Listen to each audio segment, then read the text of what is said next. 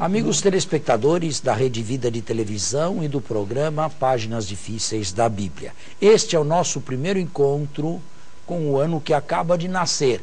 Ele ainda é bebê, tem apenas 5 dias de vida.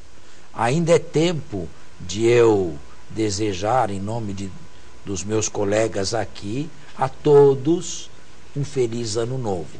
Que ele se prolongue da mesma forma como começou para todos vocês. E que vocês tenham muitas realizações, mas sobretudo que, num programa como esse, devo falar, que se encontrem verdadeiramente com Deus em 2014. É o ano da graça, é um ano a mais na nossa biografia.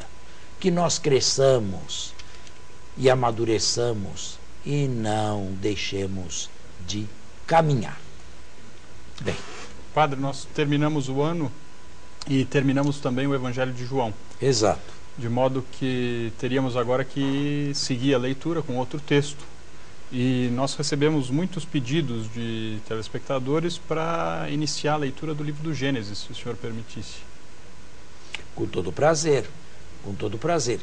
Só que, pelo que você me disse antes do programa, agora, parece que são os 11 primeiros capítulos, não é? Isso. Foi isso que eu entendi. Foi. É isso mesmo? É isso mesmo. Tá. Então, nada a objetar. Pelo contrário, é um prazer para mim falar. Há telespectadores que admiram que eu fale sem leitura, que eu não use texto aqui para dar uma aula, porque no fundo é uma aula, estou aqui, embora em estilo light, em estilo de conversa, não é? Mas devo dizer a esses que eu não sou nenhum super-homem, que eu não sou um semideus, que eu não sou um herói. Eu sou simplesmente uma pessoa que se debruçou sobre os livros desde a mais tenra idade. Com 11 anos de idade, eu fui para o seminário e outra coisa não faço até hoje a não ser dar aulas, ministrar aulas e estudar. Minha vida correu assim. Nunca fui um pároco, nunca tive uma administração paroquial, ou tenho aqui na arquidiocese o diaconato permanente nas minhas mãos, mas é o único apostolado, digamos, a única provisão que eu tenho. Celebro missa numa paróquia todos os dias, mas não tenho cura de almas. Também devo dizer que de segunda a sábado eu estou com as manhãs ocupadas. Sábado é com você. O senhor nunca foi pároco? Fui pároco uma vez em Paris e a segunda vez em Montreal, aqui no Brasil nunca. Nunca foi pároco. Aqui no Brasil o senhor dá aulas aqui há quantos anos? Olha, desde que cheguei de Roma, cheguei de lá em 70, final de 76, 77. Então são quase 40 anos. Quase 40. Quase 40 anos. Eu não era assim há 30 anos atrás, o senhor já começou a dar aula? Já. Naquela época. Então, podemos dizer que de 76, 77 para cá, uma boa parte do clero da Arquidiocese de São Paulo foi seu aluno. Não só uma boa parte do clero de São Paulo, mas de outras dioceses também. Eu tenho bispos e arcebispos que foram meus alunos. Então o senhor não só formou vigários, como padres, como bispos também, bispos, né? E arcebispos. Poderia citá-los alguns aqui, que foram meus alunos e afirmam isso até hoje. Sítios. Sítios. Por exemplo, Dom Tomé. Dom Dimas Lara. Dom Moacir. Que graça, arcebispo de Ribeirão Preto. Foram meus alunos. Foi uma dedicação à igreja diferente de uma vida pastoral, de uma vida... Eu espero ter contribuído para a igreja de acordo com o meu carisma e com a minha biografia e com a minha vida pessoal. Uns são evangelistas, outros são pastores, outros são apóstolos, outros são doutores. Eu espero que a minha função tenha sido essa última aí e que eu tenha contribuído diretamente para o clero, um bom número de sacerdotes, não só de São Paulo, mas do Brasil, me tiveram e me têm como professor ou ponto de referência em exegese, e espero que desta maneira, diretamente a eles, indiretamente ao povo, eu tenha contribuído. E contribuiu também com 100% dos diáconos da Arquidiocese de São Paulo. Desde que vocês foram fundados Em 2000, em agosto de 2000, eu estou com vocês, não é? Isso Você mesmo. foi a primeira turma, e de lá para cá, agora você é o secretário da escola, e de lá para cá nós estamos juntos, e já há 70 praticamente são diáconos 70, ordenados isso mesmo. aqui na nossa arquidiocese, né? Homens casados, porém fazendo parte do clero, não são sacerdotes, mas fazem parte do clero e dedicam boa parte de suas vidas à pastoral. Eles devem, isto ele sabe melhor do que eu, eles devem conjugar bem, e nem sempre é fácil, o sacramento do matrimônio, a vida conjugal, com a vida diaconal. Caso contrário, o matrimônio está sempre em primeiro lugar. Sempre em primeiro lugar. Sempre em primeiro Nós lugar. não queremos nunca separar o marido da mulher, nem para trazer o marido para a igreja. Aliás, essa é uma orientação da escola diaconal, né? Que a primeira vocação do diácono permanente é o matrimônio. Então, que ele permaneça casado. Se o diaconato... Isso haveria um problema muito sério se separasse da mulher. Sim. E se para a formação o diaconato, se durante a formação para a esposa for um problema, isso for um problema para o casal, então é pedido que se desaconselhe realmente a continuar, né? Porque não, se ela não der o consentimento formal Além e disso, final, né? ele não se ordena. Aliás, a esposa dá o consentimento 2 vezes, para entrar na escola diaconal e para poder ordenar. São nesses 2 momentos E é aí consentimento mesmo. de próprio É dizer punho. eu quero ou eu não quero. Se ela dizer não quero, o arcebispo, nenhum bispo ordena. É isso mesmo. Bom, Vamos enfim, então ao Gênesis. Então. Encontro aqui a leitura, padre. Não. Mas fazer uma se você pede apresentação? para eu falar sobre o Gênesis, eu teria que falar uma introdução longa, como fiz mais ou menos com a ressurreição, a respeito desses 11 primeiros capítulos, antes de começar a etapa patriarcal, que seria o início da história sagrada de Israel. O Gênesis, como todos os 5 livros do Pentateuco, quais são eles? Olhe meu dedo aqui. Primeiro, Gênesis. Segundo, Êxodo. Terceiro, Levítico. Estão vendo o dedo do meio? Este é o mais importante. Levítico. Números e Deuteronômio. Tradicionalmente, desde antes de Cristo, passando por toda a época patrística e toda a Idade Média, se convencionou dizer que Moisés havia escrito o Pentateuco todo inteiro. E, portanto, estes 11 capítulos do Gênesis também. Foi somente a partir do século XVI, bem, uma outra voz já no final da Idade Média, mas vozes peregrinas, sozinhas, mas a partir do século XVI e do Renascimento, começaram a surgir indícios de que o Pentateuco não podia ter sido obra de uma só pessoa. Dublagens, repetições, incongruências, tensões e até mesmo certas contradições. Tudo isto começou quando, com a Renascença, este livro aqui começou a ser estudado como um livro outro qualquer, e não um livro caído do céu, simplesmente inspirado pelo Espírito Santo e livro eclesiástico e ponto final. Foram surgindo estes indícios. De início, se procurou imaginar que havia uma corrente teológica chamada javista, porque chamava a Deus de Yahvé, e uma corrente eloísta, porque chamava a Deus Elohim. A esta se teria agregado mais tarde uma corrente chamada sacerdotal, do alemão Priester Codex, para aquilo que é estritamente litúrgico ou tem a ver com as nuances e as minúcias da liturgia e dos sacrifícios do Templo de Jerusalém. E, finalmente, o Deuteronômio, que teria uma estrada própria.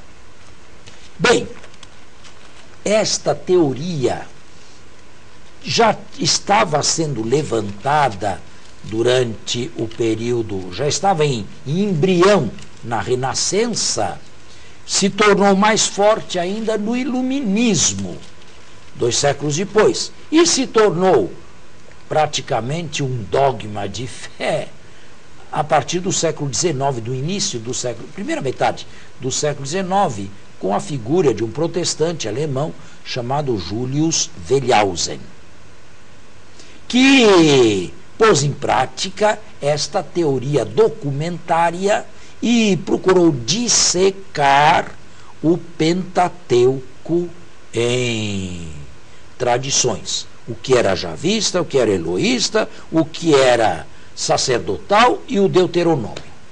Ele o fez. E, fazendo isto, ele, num segundo momento, precisou datar esses documentos. De que época eles eram. O primeiro documento javista, ele não teve dúvida nenhuma em datá-lo da corte de Salomão. Portanto, século X a.C., por volta de 950. O segundo, de acordo com ele, por se ressentir de uma pregação profética e já ser mais sofisticado em falar de Deus, uma transcendência maior a respeito de Deus, ele o viu nos meios proféticos do reino de Israel do Norte, no século VIII. O terceiro, o sacerdotal, ele situou no exílio. E para ele era o menos importante de todos. A religião, para ele, tinha deixado de ser uma coisa espontânea para ser uma coisa determinada nas minúcias pelo clero de Jerusalém. Vamos fazer um intervalo. Sim. E continuamos. O problema maior para Wellhausen foi quando ele precisou datar esses documentos e o datou.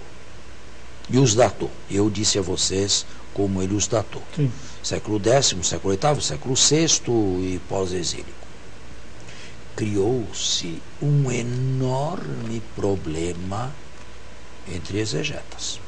Porque se Abraão, Isaac e Jacó viveram 1700, 1800 antes de Cristo, no início do segundo milênio, onde se costumava colocá-los antes de Cristo, a tradição mais antiga que falava deles era uma tradição distante deles pela beleza de 800 anos. Haja vista. Bem, se as coisas, para não falar das outras, são mais recentes ainda, se as coisas se põem dessa maneira, o que é que haveria de histórico no Pentateuco? Sobretudo na idade patriarcal. Uma tradição pode se conservar oralmente, sem mudanças, durante 800 anos. É muito difícil. Né? E numa sociedade onde havia apenas oralidade. Foram problemas que deixaram muitas pessoas desconfortáveis. Essas histórias não aconteceram, não se dataram, não existiram.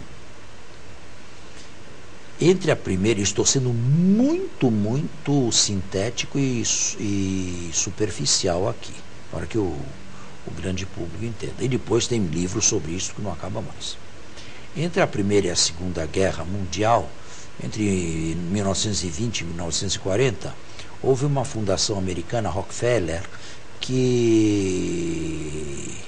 patrocinou estudos arqueológicos no Oriente Médio. E diversas civilizações vieram à tona. E escritas puderam ser decifradas. Os hieroglifos do Egito já tinham sido decifrados com Champollion, à época de Napoleão, início do século XIX. Mas a escrita sumérica não tinha sido ainda. E vieram à tona cidades inteiras escavadas e textos. Se você pegar um livro de história de 1910, você vê que a respeito de toda a antiguidade tem 10 páginas, porque não se sabia nada. Se você pega um livro de história de hoje, só sobre o povo sumérico, você lê uma biblioteca, porque se tem conhecimento. O problema está em que veio à tona, com toda essa escavação, com todo esse trabalho arqueológico feito por americanos, a civilização do 2º milênio e até antes de Cristo, mas não há contatos bíblicos. Nenhum evento de lá, nenhum personagem lá é mencionado na Bíblia aqui e nenhum daqui é mencionado lá. Na falta de contatos diretos, procuraram ver uma série de contatos indiretos. O estilo de vida, as viagens, o modo de proceder, e encontraram muitas coincidências indiretas, a ponto de chegarem à conclusão que o livro do Gênesis e as histórias do Pentateuco gozariam de um fundo de credibilidade. Um fundo, jamais os detalhes. Certo? E esta teoria documentária se impôs até o ano da minha ordenação. Até 1970, esta teoria documentária se impôs. De início, a Igreja Católica não a aceitou de forma nenhuma. Nos inícios do século XX, durante o pontificado de Pio X, houve exegetas que deram pulos assim. Foram suspensos, foram obrigados a não dar mais aula, suspensos de magistério, proibidos de escrever sobre esses assuntos. Foi um tempo duro para a Igreja Católica. Só no pontificado de Pio XII, antes de eu nascer ainda, em 1943, Pio XII escreveu a famosa encíclica clássica Divino Afflante Spiritu, onde abria o campo da exegese católica para os gêneros literários e, portanto, para esses estudos também. E foi aí que os católicos tiveram maioridade nos estudos bíblicos do Antigo Testamento e, sobretudo, no Pentateuco. E puderam abraçar, com a anuência do pontífice, a teoria documentária de Wellhausen e esparramaram isto, não só os protestantes nos seminários deles, mas nós católicos nos nossos seminários também. Isto nos anos 40 e nos anos 50, 60. Foi quando eu comecei a teologia. Mas, nos anos 70, esta famosa teoria documentária, que já estava, ou já tinha até adquirido direito de cidadania em exegese, ruiu. E, em poucas palavras, eu devo dizer que até hoje reina uma completa confusão no que diz respeito ao Pentateuco. Uma completa confusão. Não há 3 pessoas que falem a mesma coisa. Nos últimos anos, mas agora de 2005 para cá, começa a haver algum pequeno consenso, mas a confusão ainda está em pé. Agora, esta confusão diz mais respeito à história de Israel, que se começa no capítulo 12 do livro do Gênesis. Para os 11 primeiros capítulos, a confusão é bem menos. A grande maioria aceita que boa parte desses capítulos são de leitura sacerdotal, de escritura sacerdotal, exílio, e o que não é sacerdotal, O javista antigo, que eu prefiro não mais chamar de javista, para não haver confusão, é um não sacerdotal posterior ao exílio. Portanto, esses 11 primeiros capítulos que vamos ver são muito tardios do exílio e até posteriores ao exílio. O exílio se deu em 587 a.C. Portanto, esses capítulos aqui são de durante o exílio ou após o exílio, após 520 a.C. O Pentateuco, como tal, foi promulgado por volta de 400 a.C., já em período persa. Portanto, isto que nós chamamos 5 livros da Bíblia, são livros tardios, escritos tardiamente por autores desconhecidos e no pós-exílio. E é o documento oficial do judaísmo do Segundo Templo, que vai de 515 até a sua destruição pelos romanos já no início da era cristã. Foi aí que surgiu o Pentateuco como fruto de reflexão e de compromisso das diversas tendências judaicas, dos judaísmos que existiram a partir do repatriamento do final do exílio. É um texto de compromisso.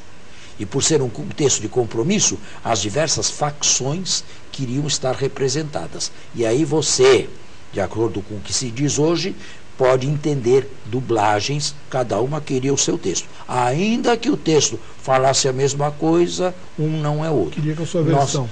Nós temos 2 versões da criação aí. Uma no capítulo 1, que é sacerdotal, made in Babilônia, e outra no capítulo 2, versículo 4, bem em diante até o 25, made in Judá.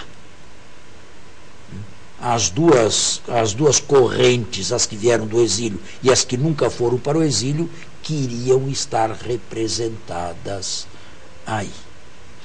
Padre, e não obstante essa confusão toda, esse ainda é o livro sagrado dos judeus hoje, né? Não tenha dúvida, é o melhor, o mais sagrado dos judeus.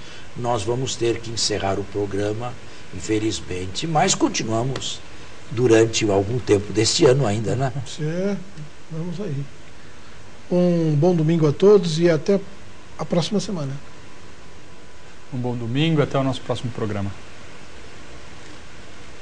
E vamos fazer o último.